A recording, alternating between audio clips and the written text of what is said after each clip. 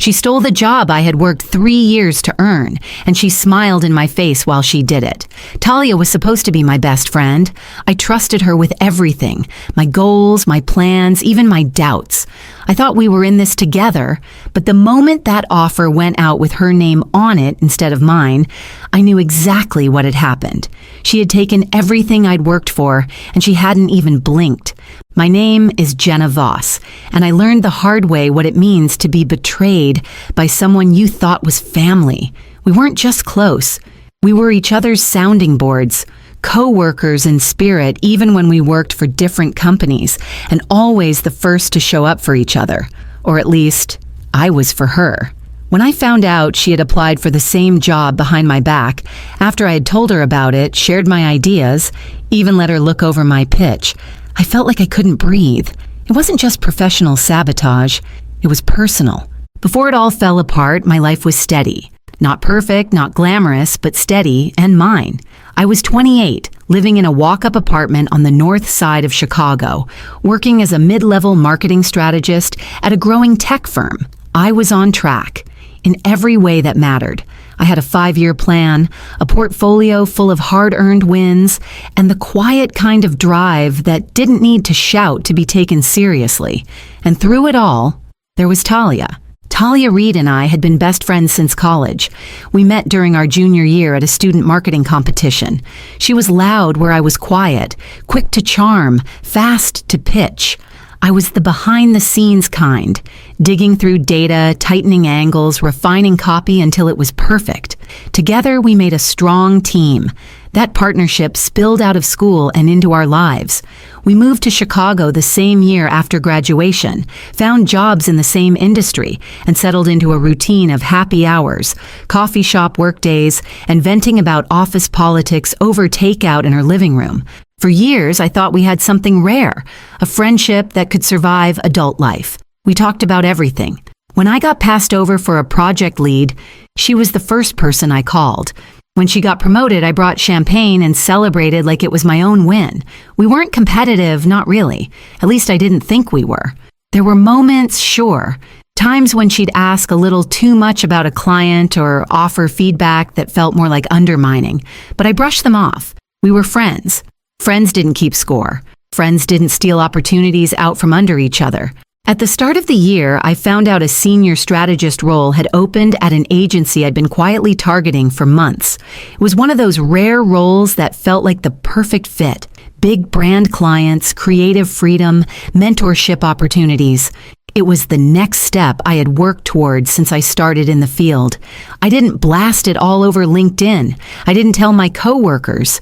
I kept it close. But I told Talia. Of course I told her.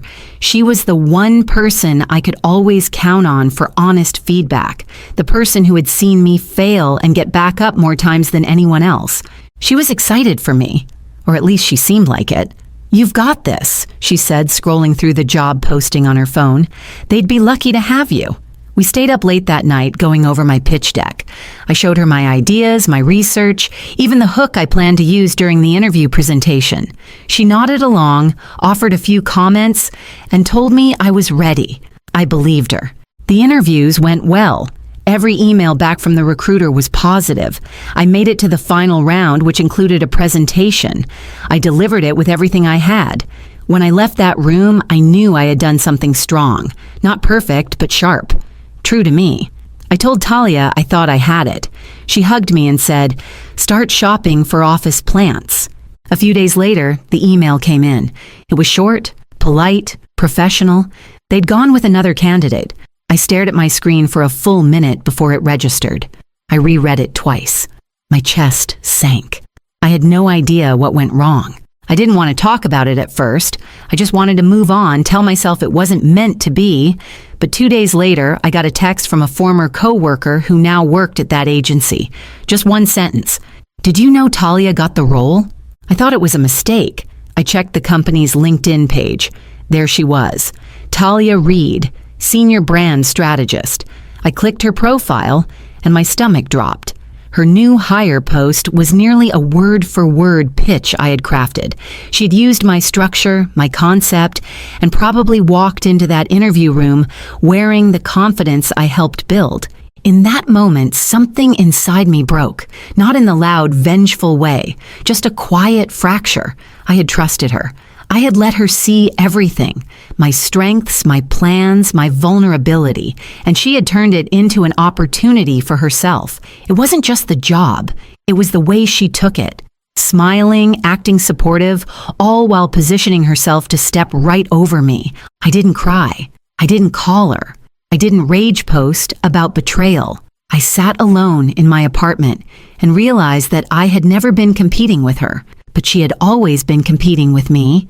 And now that I finally saw that, the real question wasn't how I'd get over it. It was how I'd get it all back. The moment I found out Talia had taken the job, something in me shifted. I didn't explode. I didn't scream or confront her right away. The hurt ran too deep for that. This wasn't just a friend applying for the same role. This was betrayal in slow motion, and I had walked right into it with my eyes wide open, thinking I was safe. The next few days were a blur. I went through the motions at work, answering emails, attending meetings, pretending I was okay. I wasn't. Every moment I sat in front of my computer, I was replaying our last few weeks together. I remembered every time I let her read my deck, every client name I had dropped in conversation, every piece of strategy I had let slip because I thought we were collaborating in spirit. I thought she was proud of me. I thought she was rooting for me. And instead, she was collecting details like ammunition. I didn't reach out to her. I couldn't. I knew that if I heard her voice, I'd either scream or give her a chance to twist it into something I'd regret. So I stayed quiet, waiting. It didn't take long. 3 days after I saw her name on the company's LinkedIn, she messaged me. Just 2 words. "Can we talk?" I left it on read. She followed up. "I didn't plan for it to happen like that. I wasn't trying to hurt you. I didn't know how to tell you." The audacity of it almost made me laugh. She hadn't planned it. She hadn't tried to hurt me, but she had still hit submit on that application.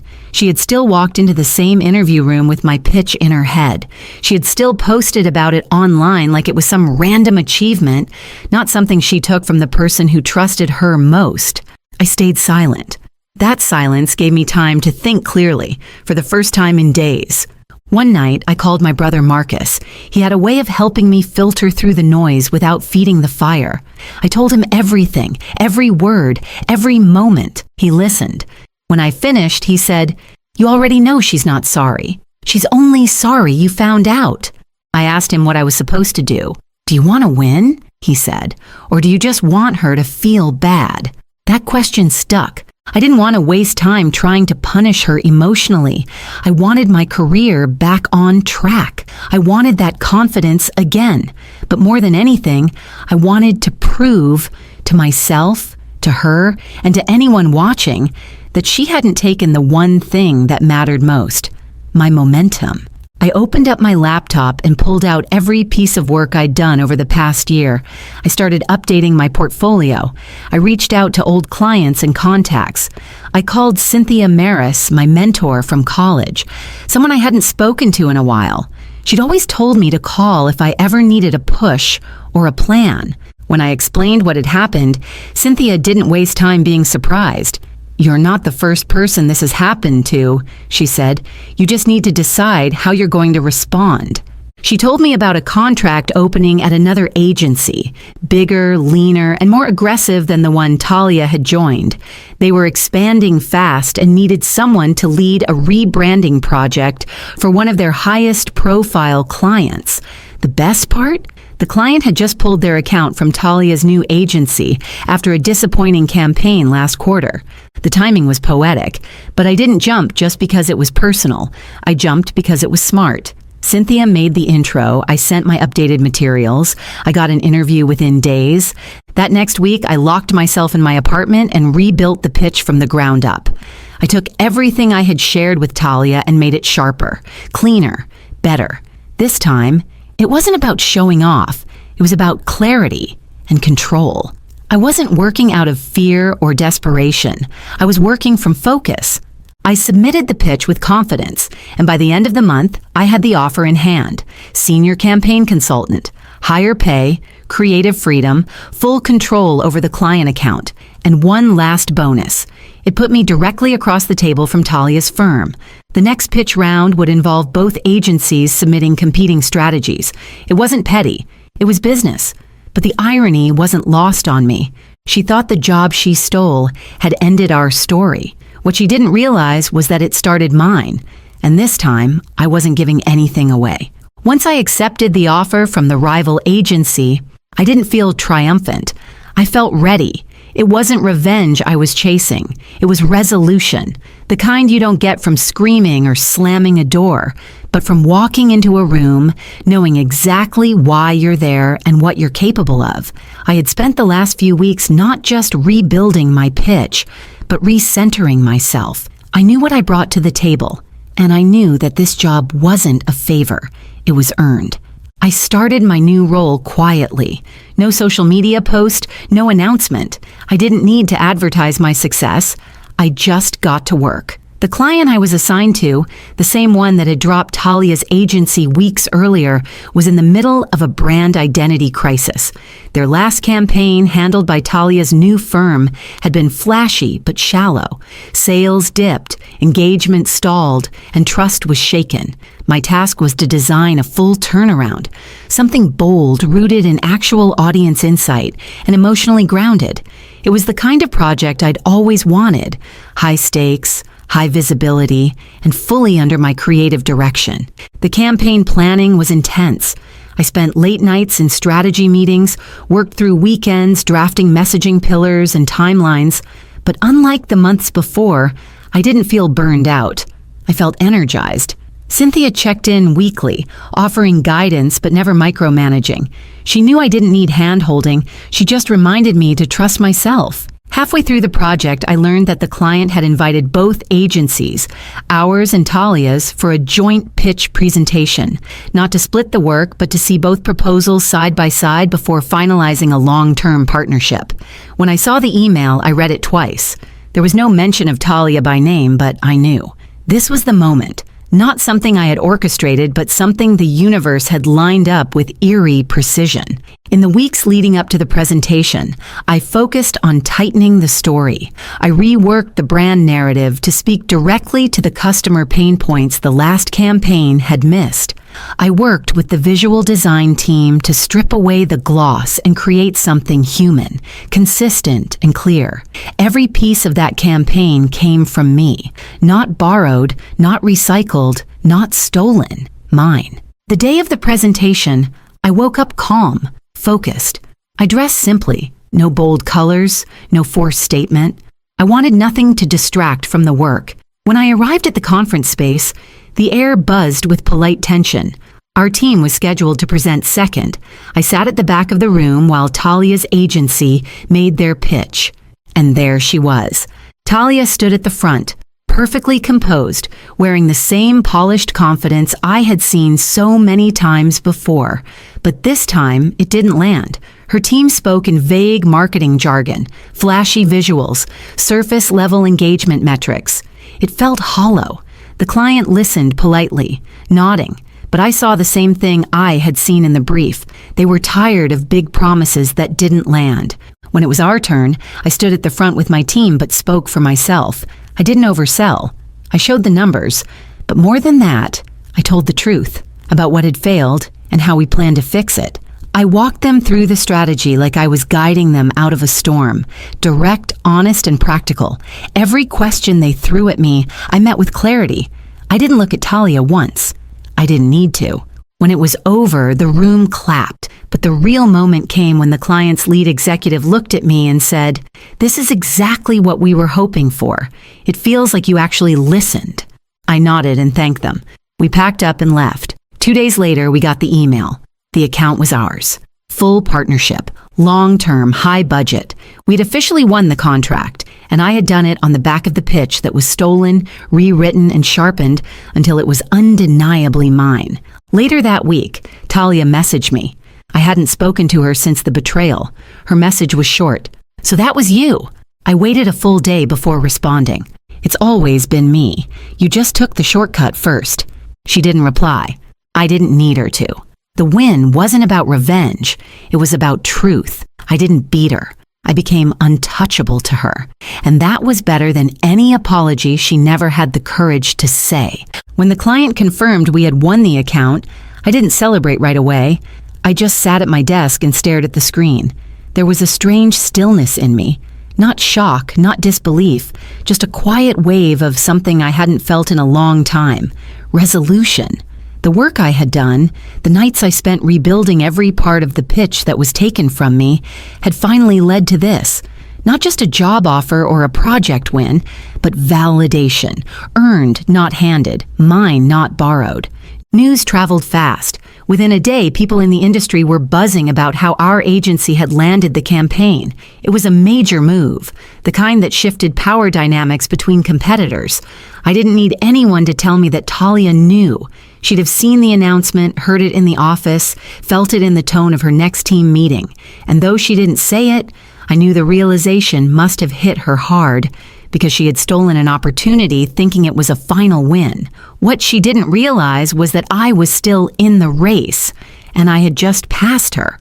A week later, I got a second message from her. This one was longer. "I know we haven't talked. I just want to say I didn't expect this to happen the way it did.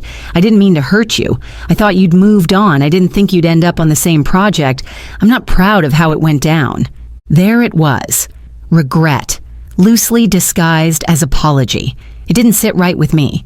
The language was soft, the blame diluted. She wasn't owning it. She was trying to manage the fallout. That was Talia in a nutshell. Always just enough to make herself look reflective, never enough to truly admit wrongdoing. I didn't respond, not because I was angry, but because there was nothing more to say. I had given her access to every part of my life, my trust, my work, my loyalty. She took it, repackaged it, and walked away with it like it was hers to use. Now, watching her try to walk it back didn't bring me satisfaction. It brought clarity. People don't just trip into betrayal. They choose it. And when they do, they show you exactly who they are. Still, I thought about what this meant for me long term. I had gotten what I wanted. A respected role, a meaningful project, and recognition based on my own merit. But more than that, I had changed. Quietly, and maybe permanently. I no longer shared plans freely. I no longer assumed support meant sincerity. I became more selective with my trust, more intentional with my relationships. That didn't make me cold. It made me careful. My brother Marcus noticed the shift. "You're different now," he said one evening over dinner. "Better or worse?" I asked. "Smarter," he said. "Less nice, but in a good way." He wasn't wrong. I had always been generous to a fault, letting people close because I believed the best in them. Talia had been the wake-up call I never saw coming. And while I wouldn't thank her for it, I could admit that her betrayal forced a kind of growth I might never have reached on my own. My work life thrived. I was leading a team that actually listened to me, respected my input, and gave me space to grow. The campaign gained traction quickly, and within a few months the client saw a spike in customer engagement and brand loyalty.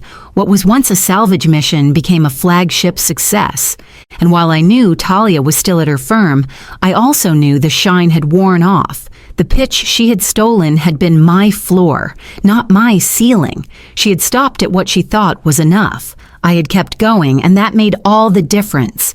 Eventually, Cynthia and I had lunch again. She asked me how I felt about everything. "Relieved," I said. "Not because I won, but because I finally know what I'm capable of without dragging dead weight behind me." She nodded, like she had expected that answer. "You don't just bounce back from betrayal," she said. "You rebuild with new bricks." And that's exactly what I had done. I didn't get revenge. I got free. I got focused. And I found out that the version of me that rises from being underestimated is the version I trust the most.